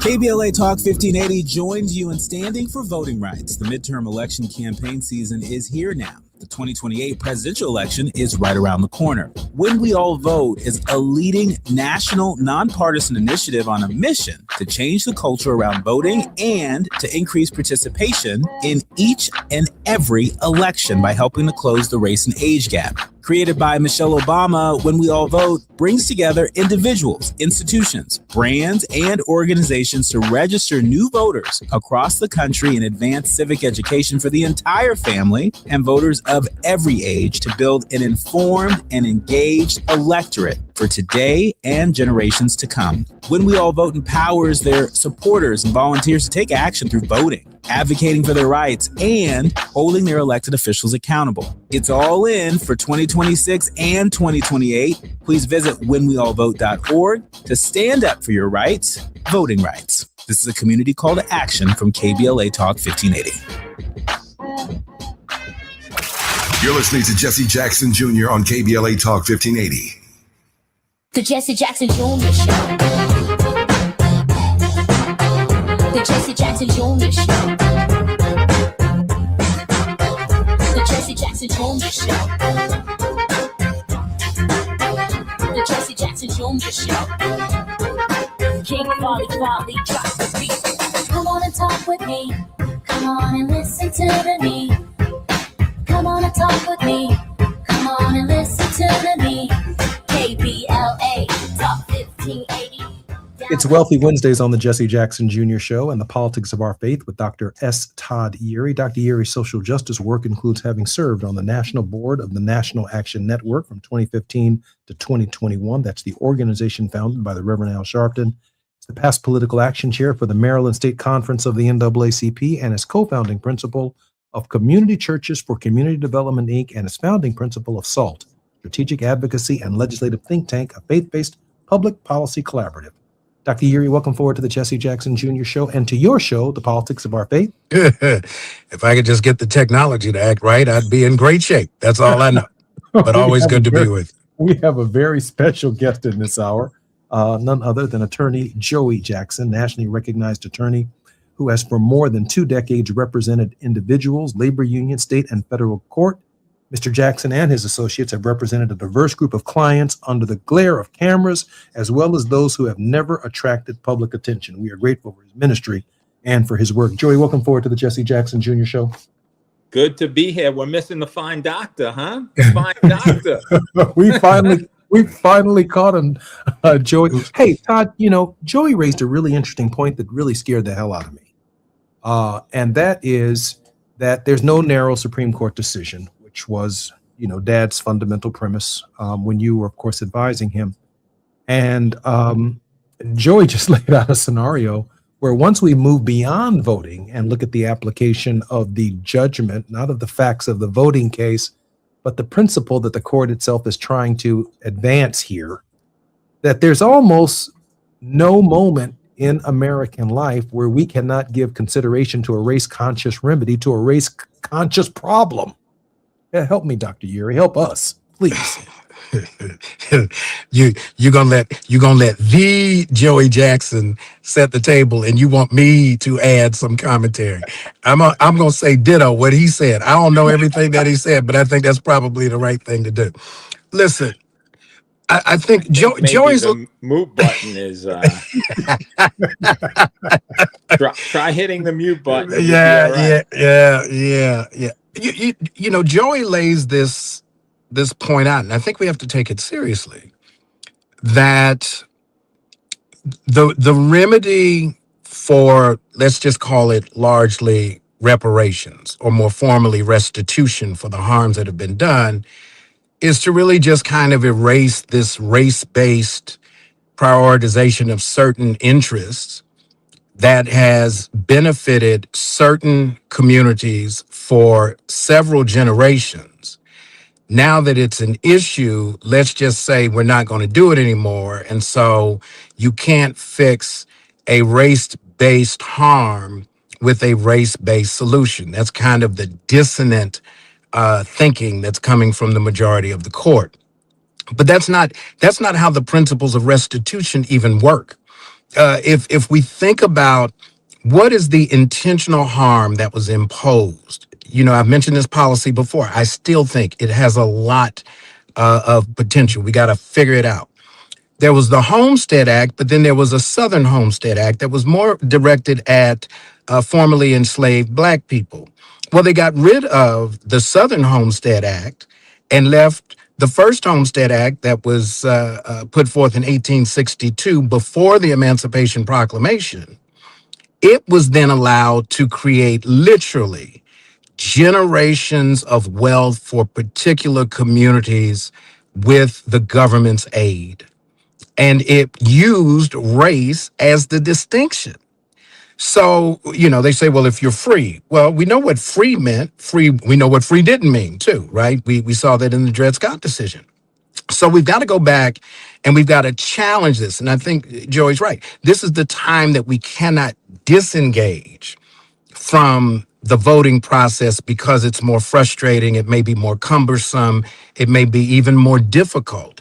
Now's not the time to get, as Reverend would say, disgusted. Now's the time to get determined. Because if we don't, somebody else is going to put someone else, some other candidate on the court to continue to perpetuate these rules of law that then reach into other areas. It starts with, this notion of DEI or affirmative action or voting, and then it's going to go all the way down into every facet of our lives. Housing, where you can live, school districts, how they're funded.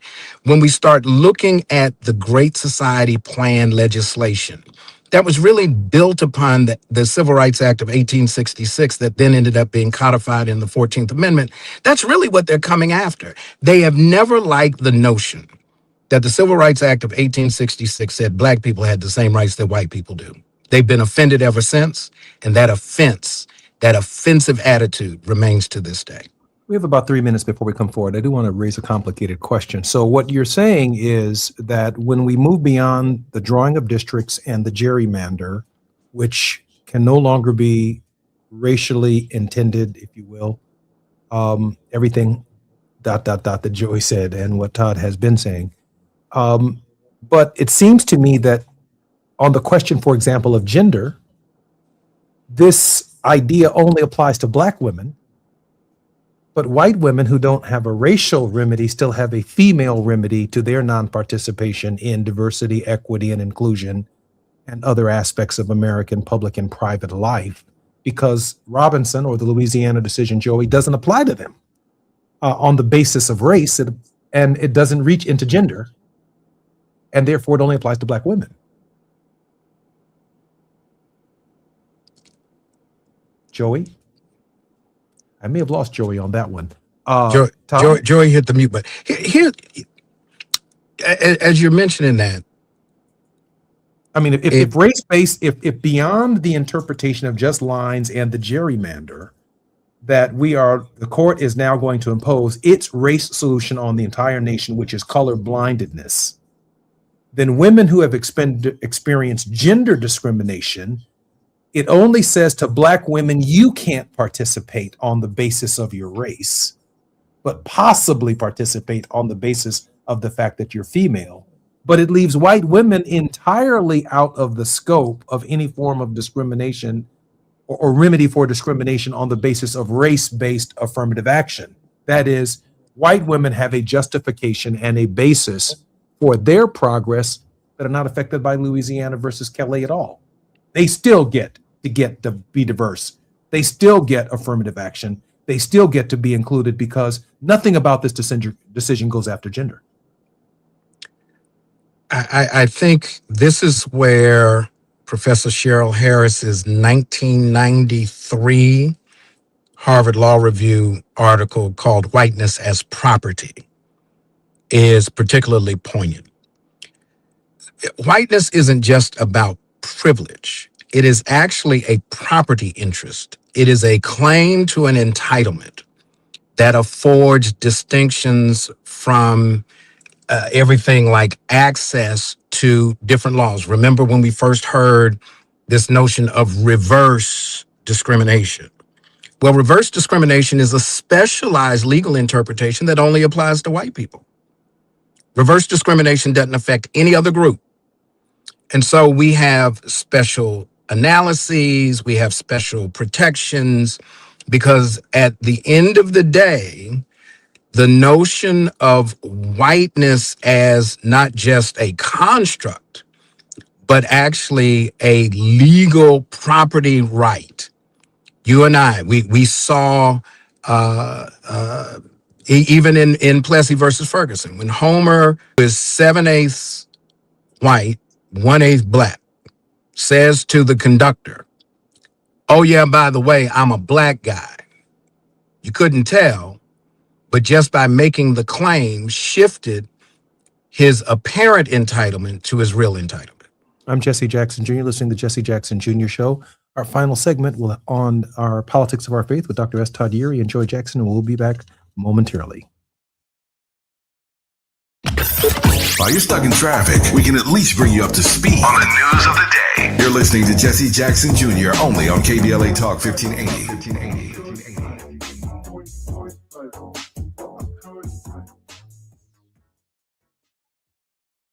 My name is Cynthia Mitchell. I've been an emergency room nurse in Los Angeles County for 25 years. I've been there through every fire season, every outbreak, every earthquake.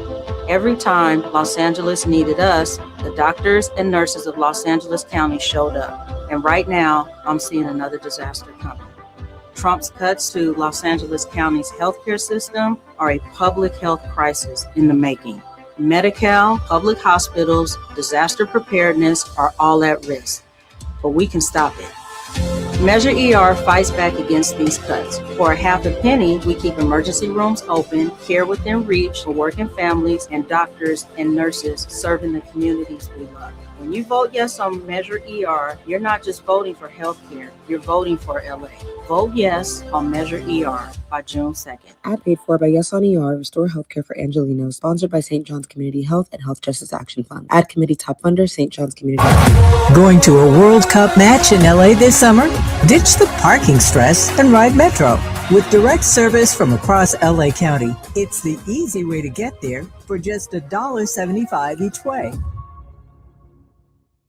Are you still pouring gallons and gallons of water into a thirsty lawn that never seems to get enough water? LADWP has a special offer for a free water-saving front yard refresh available to eligible LADWP residential customers. LADWP handles all the work, including lawn removal, installing an efficient irrigation system, and planting beautiful California-friendly plants. Save water and lower your bill with a free front yard refresh. See if you qualify at LADWP.com/LEAP. That's LADWP.com/LEAP. If you have unfiled taxes or are in debt to the IRS, this is important news. Did you know the IRS has programs specifically designed to help people struggling with tax debt? Powerful tax assistance programs that can save you thousands if you qualify. No one knows these programs better than the experts at Optima Tax Relief, America's most trusted tax resolution firm. A-rated by the Better Business Bureau, their award-winning tax attorneys and licensed professionals have resolved over $3 billion of tax debt for their clients. One call to Optima can start the process, helping to put an end to your worries about wage garnishment, asset seizure, and other aggressive IRS actions. Find the best options to solve your tax problems. Call the experts at Optima Tax Relief today for a free consultation. Call 800-919-9077. 800-919-9077. 800-919-9077. Optima Tax Relief. Some restrictions apply. For complete details, please visit OptimaTaxRelief.com. KBLA Talk 1580. We've got a lot to talk about. KBLA Talk 1580, connecting you with services and solutions. The Michael's Daughter Foundation is dedicated to inspiring youth and resilience through storytelling, arts, filmmaking, and enrichment programs for youth and families in under-resourced communities and system-impacted individuals. The Michael's Daughter Foundation is a 501c3 nonprofit providing free and low-cost arts programs to youth and families from under-resourced communities, both system-impacted youth and those affected by the incarceration of a loved one. 1 in 43 children in America have a parent incarcerated. 70% of those children are expected to end up in prison. Through filmmaking, animation, theater, and writing, they help young people express themselves, build confidence, and imagine new possibilities. Beyond the arts, they offer financial literacy workshops, emergency support, and scholarships. Because thriving takes more than talent, it takes access. To learn more about the impact of Michael Daughters Foundation and how you can be a part of the movement, please visit their website, michaelsdaughterfoundation.com. This is a community call to action from KBLA Talk 1580. Success is picking up extra shifts for your family. Now you want to be the boss. Success is getting your foot in the door. Now you want to take the next step. Success looks different to everyone, and University of Maryland Global Campus can help you reach your goals. And there's never been a better time to get started on your future. No application fee if you apply by June 1st. As an accredited state university, UMGC has been transforming lives for over 75 years.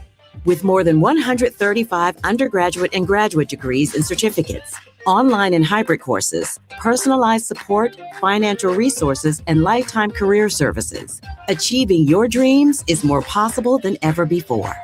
Choose the program that's right for your career goals and get started on your next success. No application fee if you apply by June 1st. Learn more at umgc.edu. That's umgc.edu. Certified to operate in Virginia by Shell. Now back to more of Jesse Jackson Jr. on KBLA Talk 1580. The Jesse Jackson Jr. Show. The Jesse Jackson Jr. Show. The Jesse Jackson Jr. Show. The Jesse Jackson Jr. Show. King Folly, drop the beat. Come on and talk with me. Come on and listen to I'm Jesse Jackson Jr. Welcome forward to the Jesse Jackson Jr. Show on KBLA Talk 1580. This is our final segment. And as usual, I try to leave the last 2.5 minutes for our very special guest. In this case, Attorney Joey Jackson is our very special guest here on the Jesse Jackson Jr. Show. And I'm so grateful for his leadership.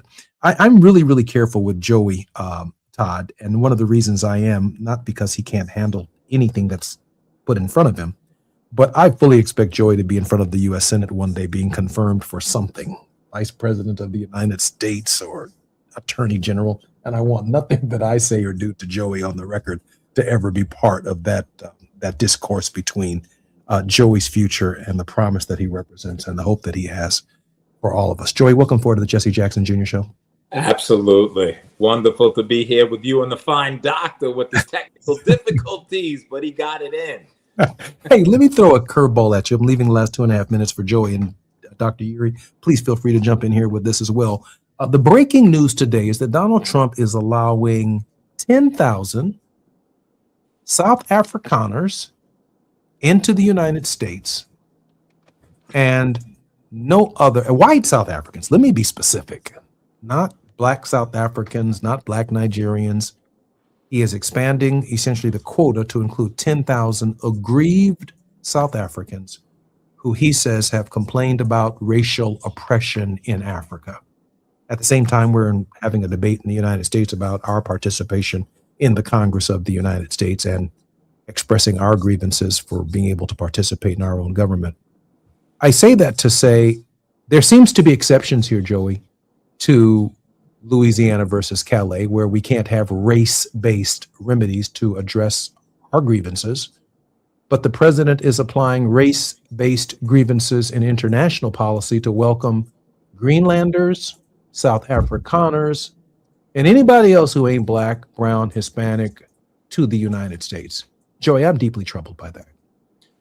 Well, I think you should be. And, quite frankly, if we look at it, I guess I can answer that by giving you a question.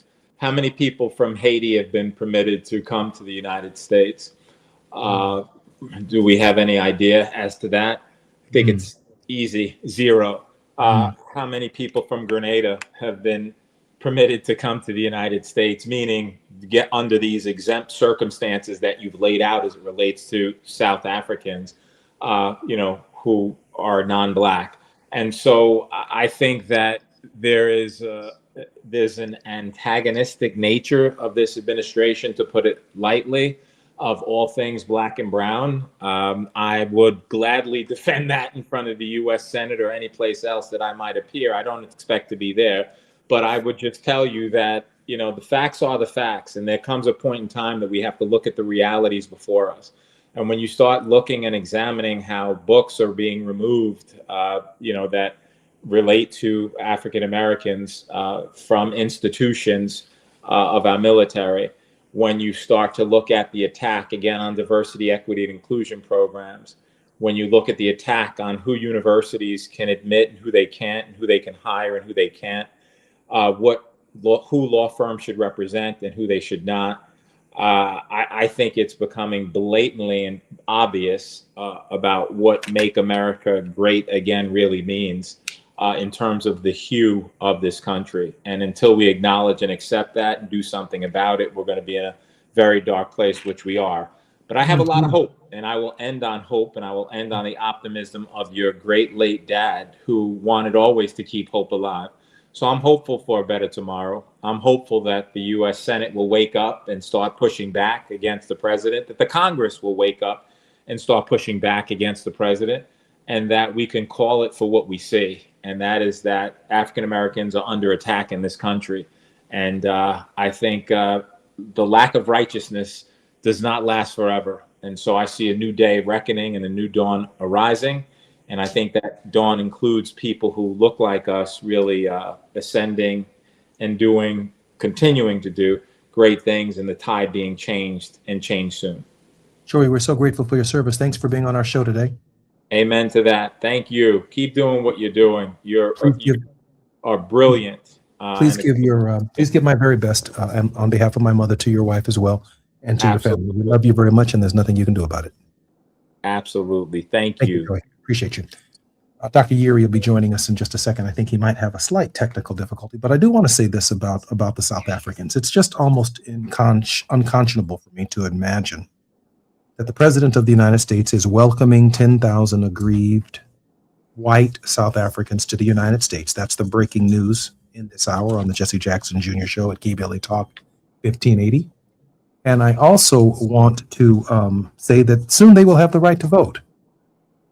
Soon, if in fact Donald Trump has promised ICE members, as Dr. Leon has suggested, to be covering polling places in the upcoming election, they will be walking past ICE members with no suspicion that they are Americans. And only when they open their mouths do we know they're not Americans, because they have an accent. They have rights and privileges that simply because of the color of our skin, they do not have. We do not have. Dr. Yuri, I was just saying in this final 2 minutes of the program, which I will leave to you, 10,000 white South Africans are coming to the United States, and at some point in time, they will have the right to vote. I was staying in a hotel in Raleigh, North Carolina, not long ago, and sitting at the bar was a South African. He said he was just welcomed into the United States. They gave him land in Tennessee. He doesn't pay property taxes, and he doesn't pay income taxes, but he lives in a very, very rural part of Tennessee. I think he didn't know who he was sitting with, and I don't think he was supposed to share with me that they don't pay taxes when they come here as South African refugees. Dr. Yuri? Well, let's remember, they were given land. Our biggest grievance has been they never settled with us on the land, because the wealth of a nation is tied to land and labor. They took the labor, they kept the land, and now they're inviting others on the basis of some specious notion that somehow or other they who were once the oppressor are now the oppressed is problematic.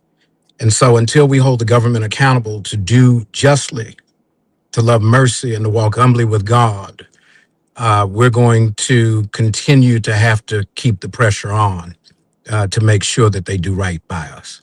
I'm Jesse Jackson Jr. listening to Jesse Jackson Jr. Show. I hope to have Joey Jackson and S. Todd Erie back again by next week. Our producer is going to work on it. Gina, so grateful for that. Until then, I'm Jesse Jackson Jr. Been listening to Jesse Jackson Jr. Show on KBLA Talk 1580 until Thought Provoking Thursdays. I'll see you then.